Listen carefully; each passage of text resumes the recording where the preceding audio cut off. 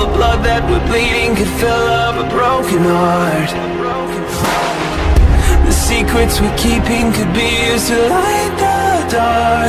But we anti-gravity lock down humanity.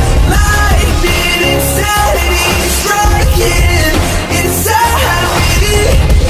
Whoa, whoa, it's the heartbeat of history. Whoa, whoa, like lightning inside me.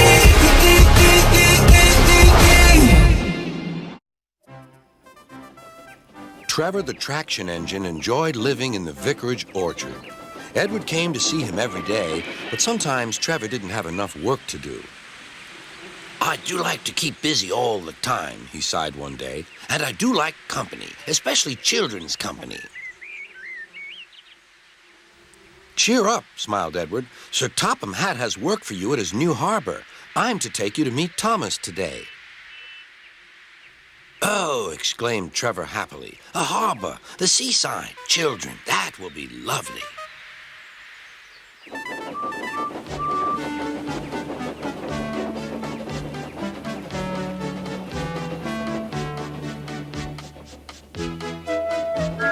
Thomas was on his way to the harbor with a trainload of metal pilings. They were needed to make the harbor wall firm and safe. Hello, Thomas, said Edward. This is Trevor, a friend of mine. He's a traction engine. Thomas eyed the newcomer doubtfully. A what engine? A traction engine, Explained Trevor. I run on roads instead of rails. Can you take me to the harbor, please? Sir Topham Hatt has a job for me. Yes, of course, replied Thomas, but he was still puzzled. Workmen coupled Trevor's car to Thomas's train, and soon they were ready to start their journey.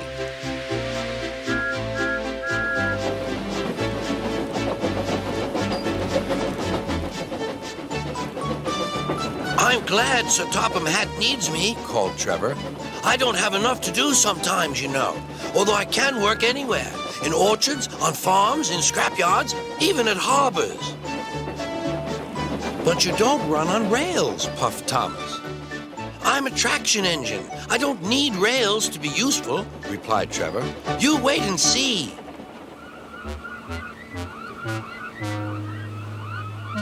When they reached the harbor, they found everything in confusion. Cars had been derailed, blocking the line, and stone slabs lay everywhere. We must get these pilings past, said Thomas's driver. They are essential. Trevor, we need you to drag them round this mess. Just the sort of job I like, Replied Trevor. Now you'll see, Thomas. I'll soon show you what traction engines can do. Trevor was as good as his word. He dragged the pilings clear with chains and towed them into position. Who needs rails? He muttered cheerfully to himself.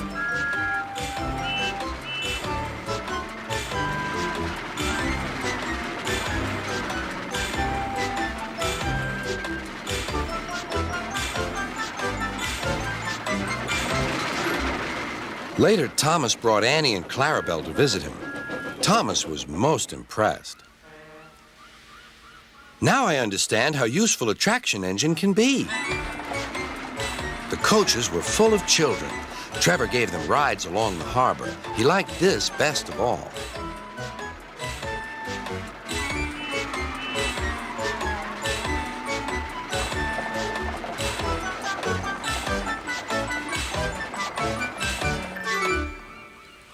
He's very kind, said Annie. He reminds me of Thomas, added Clarabelle. Everyone was sorry when it was time for Trevor to go. Thomas pulled him to the junction. A small tear came into Trevor's eye. Thomas pretended not to see. He whistled gaily to make Trevor happy. I'll come and see you if I can, he promised. The vicar will look after you, and there's plenty of work for you now at the orchard, but we may need you again at the harbor someday. That would be wonderful, said Trevor.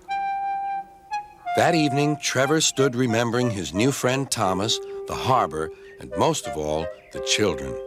Then he went happily to sleep in the shed at the bottom of the orchard.